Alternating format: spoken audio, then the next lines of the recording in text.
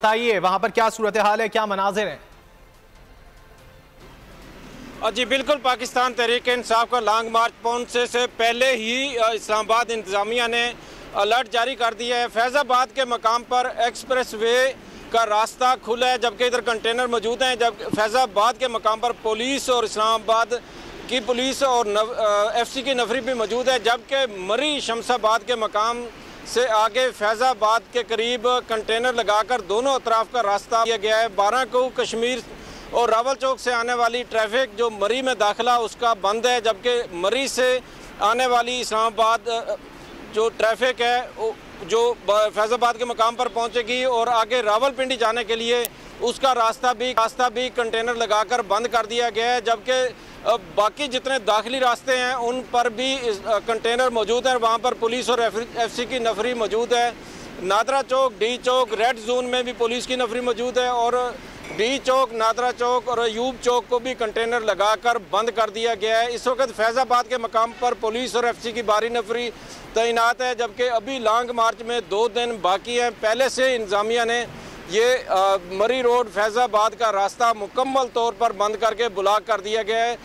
Express way से इस्लामाबाद आने जाने वाले सिर्फ कुराल चौक और पुराना एयरपोर्ट रोड की तरफ से आ जा सकेंगे, जबकि लॉन्ग मार्च करीब आने पर 26 नंबर के करीब भी ये एरिया मुकम्मल तौर पर इस्लामाबाद का दाखिली रास्ता बंद कर दिया जाएगा। 12 को से आने वाले रास्ते लेक व्यू के मकाम पर भी कंटेनर मौजूद हैं, वहाँ से भी इस्लामाबाद सिर्फ रावल चौक की तरफ ट्रैफिक आ सकेगी और सरीना चौक में भी कंटेनर मौजूद हैं। उस रास्ते को भी जब ये कंटेनर लॉन्ग मार्च पहुंचता है कंटेनर लगाकर बंद कर दिए जाने का इम्कान है।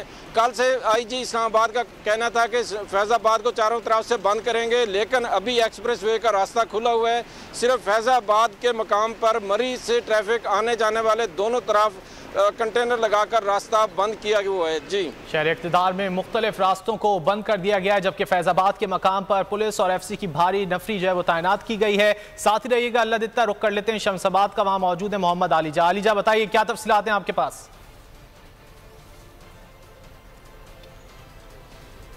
जी बिल्कुल, कप्तान की पुकार है। हकीकी आज़ादी मार्च का फाइनल राउंड है। 26 तारीख को पूरे पाकिस्तान से काफिले यहाँ पर मौजूद होंगे। इस वक्त मैं मौजूद हूँ इकबाल पार्क में, जहाँ पर एक मसनूई खैमा बस्ती भी बसाई गई है। यहाँ पर लोगों को ठहराने के लिए, जो मुल्क के दूर अफ्तादा इलाकों से काफिले पहुँच रहे हैं उनको ठहराने के लिए बेहतरीन इंतजाम किए गए हैं। वसी और अरीज़ खैमे हैं और यहाँ पर अभी से ही मुख्तलिफ इलाकों से लोग पहुँचना शुरू हो गए हैं। हमारे साथ एक बुजुर्ग कारकुन भी मौजूद है, उनसे जानते हैं क्या जज्बात हैं, किस तरह कप्तान को वेलकम करेंगे आप?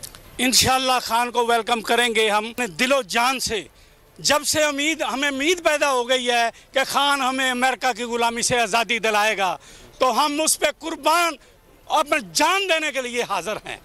कप्तान के जब तक मुतालबा तस्लीम नहीं होगा आप बैठने के लिए तैयार हैं? इंशाअल्लाह हम अपनी जान भी देने के लिए उस वक्त तक हाजिर हैं जब तक खान हमें यहाँ पर बैठाएगा।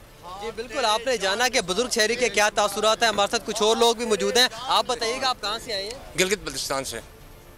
अभी से ही आगे, अभी तो जलसा कर रहे हैं। तो हमारा रास्ता बड़ा लंबा है, तो हम अपने जो हमारे गिलगित से बल्तिस्तान से जो काफिले आज 2 बजे हम काफिले निकल रहे हैं, तो हम इनके काफिले आ रहे हैं मजीद लाखों की तादाद में। आज 2 बजे हमारे गिलगित बल्तिस्तान से काफिला चलने वाला है, तो हमें हमारे चीफ मिनिस्टर खालिद खुर्शीद ने कहा कि हम इनके लिए इंतजाम के लिए हम पीढ़ी पहुँच गए हैं। बिल्कुल, ये गिलगित बल्तिस्तान से अभी से पहुँच चुके हैं और उनका यही कहना है कि अभी लाखों के काफिले मजीद पहुँच रहे हैं। बुजुर्ग शहरी की बात आपने जानी कि खान पे जान निछावर करने के लिए तैयार हैं, तो ये इनके जज्बात हैं, ये तासुरात हैं। हकीकी आज़ादी मार्च को कामयाब बनाने के लिए कारकुनान की आमद का सिलसिला जारी है और जो असद उमर साहब है कुछ देर बाद यहाँ पर पहुँचेंगे और इस खैमा बस्ती का बाकायदा तौर पर इफ्तिताह करेंगे। साथ ही साथ यहाँ पर मसनूई बैतुल खला भी तामीर किए गए हैं और भी दीगर इंतजाम जो है उनको हतमी शक्ल दी जा रही है। तो अब तक की ये सूरत हाल है कि कारकुनान की यहाँ पर आमद का सिलसिला जारी है, इंतजाम को हद दी जा रही है। साथ ही रहिएगा, मोहम्मद आलिजा रुक कर लेते हैं पेशावर।